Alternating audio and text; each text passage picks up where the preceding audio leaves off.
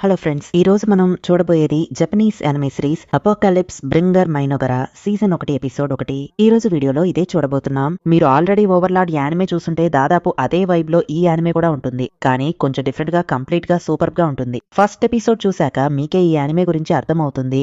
సరే పదండి కథలోకి వెళ్దాం. ఈ రోజు మనం చూడబోయేది అపోకలిప్స్ బ్రింగర్ మైనోగరా సీజన్ 1 ఎపిసోడ్ 1. ముందుగా మన హీరోని చూపిస్తారు. ఎటర్నల్ నేషన్స్ అనే గేమ్ ని మన హీరో ఆడుతుంటాడు. తను నిద్రపోతున్నాడో లేక చనిపోయాడో అన్నట్టు ఒక సీన్ చూపిస్తారు. ఏమైంది, నేను ఎక్కడున్నాను అని మన హీరో కళ్ళు తెరిచి చూస్తాడు. చూస్తే ఏదో ఒక ఫారెస్ట్ మధ్యలో మన హీరో ఉంటాడు. వచ్చేసారా అని ఒక అమ్మాయి రాగానే, నువ్వా ఆటో అని మన హీరో అడుగుతాడు. అవును రాజా అని ఆ అమ్మాయి చెప్తుంది. ఒంట్లో బాలేక హాస్పిటల్లో ఉన్న టైంలో ఎటర్నల్ నేషన్స్ అనే గేమ్ ఆడేవాడు. అందులో మన హీరోకి నచ్చిన క్యారెక్టరే ఈ స్లెడ్జ్ ఆటో. తను నన్ను కింగ్ అని పిలుస్తోంది. నేను ఎలా యాక్ట్ చేయాలి? నేనే మైనోగ్రా లీడర్ అని తను మాట్లాడుతున్నట్టుంది. తను చాలా డేంజరస్. మన హీరో చూస్తుండగా, కింగ్ టాకటో మీ గురించి నాకు బాగా తెలుసు.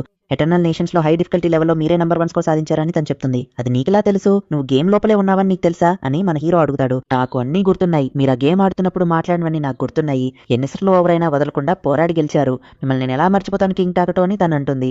నీలాగే స్ట్రాంగ్ గా అవ్వాలని నాకు ఆశ, అందుకే నాకు నువ్వంటే ఇష్టం అని మన హీరో చెప్తాడు. మీతో ఇలా నేరుగా మాట్లాడటం నాకు చాలా సంతోషంగా ఉంది అని అటో అనగానే, ఇది స్వర్గమా? నేను చనిపోయానా లేక నువ్వే నన్ను సమన్ చేసావా అని మన హీరో అడుగుతాడు. నేను మిమ్మల్ని సమన్ చేయలేదు. కళ్ళు తెరిచి చూసేసరికి ఇక్కడే ఉన్నాను.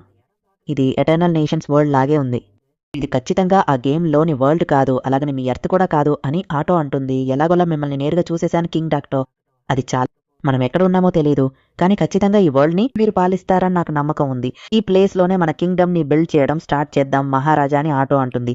అసలు ఇది ఏ చోటో తెలీదు, కానీ సరే దీని ఒక గేమ్ లా అనుకుని ఇక్కడ కింగ్డమ్ బిల్డ్ చేద్దామని మన హీరో అనుకుని, సరే ఆటో మన ఇద్దరి కోసం మాత్రమే ఒక కింగ్డమ్ ని ఇక్కడ బిల్డ్ చేద్దామని మన హీరో చెప్పగానే ఆటో చాలా హ్యాపీగా ఫీల్ అవుతుంది. నా సర్వస్వం మీకే సొంతం మహారాజా, నన్ను ఎలాగైనా కమాండ్ చేయండి అని ఆమె అంటుంది. ఇద్దరు ఇప్పుడు సిగ్గుపడుతూ నిలబడ్డారు. నా రైట్ హ్యాండ్ ఉమెన్, మన మోస్ట్ ఈవిల్ నేషన్ ని స్టార్ట్ చేద్దామని మన హీరో అంటాడు. గేమ్ లో వీళ్ళ కింగ్డమ్ పేరు మైనగరా. అదే విధంగా ఇక్కడ కూడా స్టార్ట్ చేస్తారు. ఎమర్జెన్సీ ప్రొటెక్షన్ గా ఒక స్కౌట్ ని రెడీ చేసి ఈ ఏరియాని ఫస్ట్ చుట్టి చూస్తారు. వీళ్ళ మైనగరా కింగ్డమ్ మొత్తం ఈవిల్ పవర్ తోనే రన్ అవుతుంది. ప్రస్తుతానికి మన హీరో సింపుల్ క్రీచర్స్ ని మాత్రమే సమన్ చేయగలుగుతున్నాడు. ఈ ప్లేస్ ని స్కౌట్ చేసి రా అని మన హీరో దానికి ఆర్డర్ ఇస్తాడు. మన ప్రాపర్ కమాండ్ యూనిట్ ఇక్కడ వర్క్ అవుతుందా అని ఆటో ఆలోచిస్తుంది. ఆ పురుగు ఎక్కడికి వెళ్తుందో దాని విజన్ ని నేను కూడా చూడగలుగుతున్నాను. ఇది చేయడానికి ఇంత మానా అవసరం ఉంది అని మన హీరో ఎక్స్ప్లెయిన్ చేస్తాడు. ఈ టైంలో వారియర్ ని సమన్ చేయడానికి మానా లేదు. ప్రస్తుతానికి ఫైట్ వస్తే నేను చూసుకుంటాను అని ఆటో అంటుంది. కానీ తను ఒక్కతే అన్ని ఫైట్స్ హ్యాండిల్ చేయలేదు. సో ఫస్ట్ సోల్జర్స్ కావాలి, వాళ్ళని సమన్ చేయడానికి మ్యాజిక్ కావాలి. చుట్టూ మొత్తం ఫారెస్ట్ మాత్రమే ఉంది. యానిమల్స్, మాన్స్టర్స్ లాంటివి ఏవి ఇక్కడ లేవు అని మన హీరో అంటాడు. మనం దాక్కోవడానికి ఇది పర్ఫెక్ట్ ప్లేస్. సో ఫైటింగ్ గురించి వర్రీ అవ్వక్కర్లేదు, కానీ ఫుడ్ దొరకడం లేదు.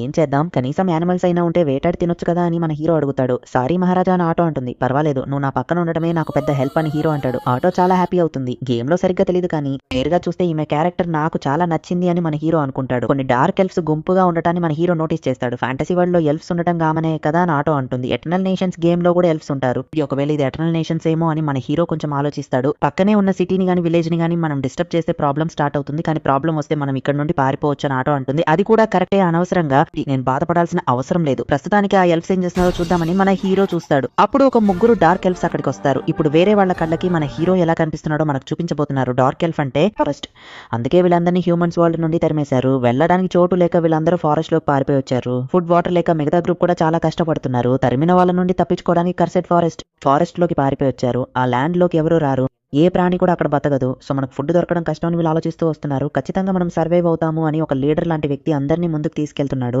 ఈ ప్లేస్ లో ఈవిల్ ఉంటుందని ఈ ప్లేస్ ని సీల్ చేసి ఉంచారు. కానీ నిజంగానే అలా ఉంటుందని మనం ఆలోచిస్తూ వెళ్తున్నప్పుడే మన హీరోని, ఆటోని ఆ ఎల్ఫ్స్ చూస్తారు. వేరే వాళ్ళ కళ్ళకి మన హీరో చాలా డార్క్ కలర్ లో చాలా పవర్ఫుల్ గా కనిపిస్తున్నాడు. వీళ్ళ మొత్తం మేనిఫెస్టో స్టేషన్ లా ఇతను ఉన్నాడు. ఇతను ఈవిల్ గాడా అని అనుకుంటూ, నేను మాసరామ్ క్లాన్ కి చెందిన డార్క్ ఎల్ఫ్ ని అని తను ఇంట్రడ్యూస్ చేసుకుంటారు. పర్మిషన్ లేకుండా ఫారెస్ట్ లోకి వచ్చేసాం, క్షమించండి అని అడుగుతారు. మీలాంటి వాళ్ళకి మీరు చేసిన తప్పు ఏంటో తెలిసే ఉంటుంది. సరే, ఎందుకు ఇలాంటి తప్పు చేసి ఈ ప్లేస్ లోకి వచ్చారు అని ఆటో అడుగుతుంది. నిజానికి మేము అందరం క్యాపిటల్ లో చాలా హ్యాపీగా ఉండేవాళ్ళం అని అతను మొదలు పెడతాడు. త్వరగా ఫ్లాష్ బ్యాక్ ఆపే అని ఆటో అంటుంది. మమ్మల్ని అక్కడ నుండి తరిమేశారు, వెళ్ళడానికి చోటు లేదని అతను చెప్తాడు. సో మీరంతా వెలివేయబడ్డారని మన హీరో అడగా, కింగ్ మాట్లాడుతున్నారు కదా, సమాధానం చెప్పని ఆటో అంటే, అవునండి, తరిమిన వాళ్ళ నుండి తప్పించుకోవడానికి దారి తెలియక ఇక్కడికి వచ్చేసాం. మాకు ఫుడ్, వాటర్ ఏమీ లేక చాలా కష్టపడుతున్నాం అని చెప్తాడు. హీరో అలాగే చూస్తూ ఉంటాడు. మాకెందుకు ఇలాంటి ప్రాబ్లమ్స్ వస్తున్నాయి అని ఆ డార్క్ ఎల్ఫ్ లీడర్ చాలా బాధపడతాడు. మన హీరో ఒక యాపిల్ ని తీసిస్తాడు. అదేంటో ఎవరికి తెలియదు. ఇది తిని చూడండి, టేస్టీగా ఉంటుంది అని మన హీరో చెప్తాడు. ఇస్తున్నాడు. స్మెల్ చాలా బాగుంది, ఇలాంటిది నేను ఎప్పుడు చూడలేదు. ఈవిల్ గాడ్ దీన్ని ఇస్తే నమ్మి తినొచ్చని అతను ఆలోచిస్తుండగానే చాలా టేస్టీగా ఉందని చెప్పి అతను వచ్చిన వాళ్ళంతా తిని చాలా హ్యాపీగా ఫీల్ అవుతారు. నా దగ్గర పియర్స్ కూడా ఉన్నాయి అని చెప్తూ మన హీరో ఇంకో పండు ఇస్తాడు. నా దాన్ని స్వీకరించు అని ఆటో అంటుంది. నన్ను క్షమించండి రాజా, చాలా మంది పిల్లలు తిండి లేక కష్టపడుతున్నారు. నేను తినకపోయినా పర్వాలేదు, దీన్ని తీసుకెళ్లి వాళ్ళకి ఇవ్వచ్చా అని ఆ లీడర్ అడుగుతాడు. అయ్యో పాపం అని చెప్పి మన హీరో వాళ్ళకి ఇంకా చాలా ఫుడ్ ఇస్తాడు. వెలుగు నుండి తరిమివేయబడి చీకటిలోకి పంపబడిన మాకు ఈ చీకటిలోనే ఒక వెలుగు కనిపిస్తుందని నేను అస్సలు ఊహించలేదు అని ఆ లీడర్ ఆలోచిస్తాడు. ఇది నిజంగా ఒక మిరాకిల్, చాలా థ్యాంక్స్ అని అందరూ అంటారు. అసలు మీరెవరు అని ఆ లీడర్ అడుగుతాడు. వారియర్ కియా ఖచ్చితంగా ఫుడ్ తో వస్తుంది అని అందరూ వెయిట్ చేస్తుంటారు.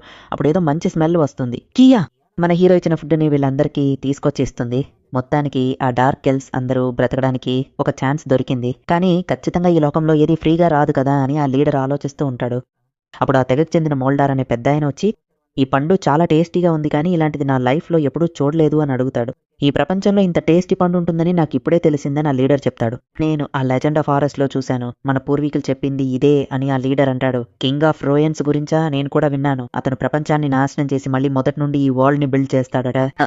తను ఏమని చెప్పున్నాడు అని మోల్డార్ అడుగుతాడు. దాని గురించి పెద్దగా అడగలేదు అని చెప్తాడు. మరి నువ్వు అతనితో మాట్లాడవా అని అడిగితే అతనితో ఒక అమ్మాయి ఉంది, ఆమె మాతో ఎక్కువగా మాట్లాడింది. ఆ కింగ్ ఒకటి 2 మాటలే మాట్లాడారు అని చెప్తాడు. తిన్న తర్వాత నాకు కొంచెం మానా దొరికింది, ఇప్పుడే నేను సెన్స్ చేశాను. ఈ ఫారెస్ట్ చాలా డిఫరెంట్గా ఉంది. మనకు ఫుడ్ ఇచ్చినందుకు వాళ్ళు బదులుగా ఏం అడిగారు అని అడిగితే సిచ్యుయేషన్ చెప్పగానే ఆయనే ఫుడ్ ఇచ్చారు, ఏమీ అడగలేదు అని చెప్తాడు. ఏ డీమన్స్ ఎవరు ఫ్రీగా ఏది ఇవ్వరు అని మోల్డార్ అంటాడు. ఆయన మన మీద దయతో ఇచ్చారని నేను అనుకుంటున్నాను అని చెప్తాడు. ఏంటిదైనా అతను నిన్ను మాయ చేశాడని అనుకుంటున్నాను, నువ్వు అతనికి పడిపోయావు అని మోల్డార్ అంటాడు. అలా ఏం లేదు, నిజంగా నేను ఆయన ఎందుకు గౌరవిస్తున్నానంటే కష్టాల్లో ఆయనే హెల్ప్ చేశారు. ఆయన ఈవిల్ బీయింగ్ అని మోల్డర్ అన్నా పర్వాలేదు, ఆయనే మన ప్రాణాలను కాపాడారని లీడర్ అంటాడు. నేను ఎల్డర్నైనా ఏమీ చేయలేదు, లీడర్గా నువ్వే అందరినీ కాపాడావు. అందరినీ కాపాడాడు. రేపు ఆ కింగ్ని కలిసి బదులుగా ఏమైనా కావాలంటే మాట్లాడి ఇచ్చేద్దాం. ఈ ప్రశాంతమైన రోజులు ఇలాగే ఉంటే బాగుంటుందని మౌల్డర్ అంటాడు. అనవసరంగా మన రిసోర్సెస్ మనుషులని ఎందుకు అలా వాడారని ఒట్టో టెన్షన్ పడుతుంది. దానివల్ల ప్రయోజనం లేదు అని ఒట్టో అంటుంది. సరే ఇకపై నువ్వు చెప్పిందే చేస్తాను అని హీరో అనగానే నేను ఏం చెప్పినా చేస్తారా అని ఆమె అడుగుతుంది. ఒట్టో నువ్వు నాకు అవసరం, సో ఖచ్చితంగా చేస్తాను అనగానే మిమ్మల్ని అలా తప్పుగా అన్నందుకు క్షమించండి అంటుంది. మీరు ఏ నిర్ణయం తీసుకున్నా అది కరెక్టే అని ఆమె మారిపోతుంది. వేరే వాళ్ళ ముందు నాకు మాటలే రావడం లేదని హీరో చెప్తాడు. బలమైన కింగ్ ఎప్పుడు నెగోషియేషన్ చేయడు, సబార్డినేట్స్ పంపిస్తాడు అని అడిగితే నాకు మాట్లాడే అలవాటు లేదు, అందుకే ఆక్వర్డ్ గా ఫీల్ అయ్యాను. హాస్పిటల్లో డాక్టర్ నర్స్ తో కూడా నేను మాట్లాడలేదు అని హీరో బాధపడతాడు. కంగారు పడకండి రాజాని ఒట్టో ఓదారుస్తుంది. ఎక్కడా లేని విధంగా ఇంతటితో ఈ ఎపిసోడ్ ముగుస్తుంది. నిజానికి మన హీరో ఒక నార్మల్ హ్యూమన్ లా అమాయకంగానే ఉన్నాడు గా, కానీ వేరే వాళ్ళ పర్స్పెక్టివ్ లో మన హీరో చాలా టెర్రర్ గా కనిపిస్తాడు. లో లెవెల్ పీపుల్ తో ఆయన డైరెక్ట్ గా మాట్లాడడు, ఆటోమేటిక్ గా తన సబార్డినేట్స్ ద్వారానే మాట్లాడిస్తాడు అని మిగతా వాళ్ళంతా అనుకుంటారు. సరే సబార్డినేట్స్ ని వదిలే మాట్లాడదామని మిగతా వాళ్ళు అనుకుంటారు. కథ ముందుకు వెళ్లే కొద్దీ ఇంకా వేరే లెవెల్లో సూపర్ గా ఉంటుంది. సో మిస్ అవ్వకుండా చూసి ఎంజాయ్ చేయండి. Thank you for watching. Bye guys, next episode లో మీట్ అవుదాం.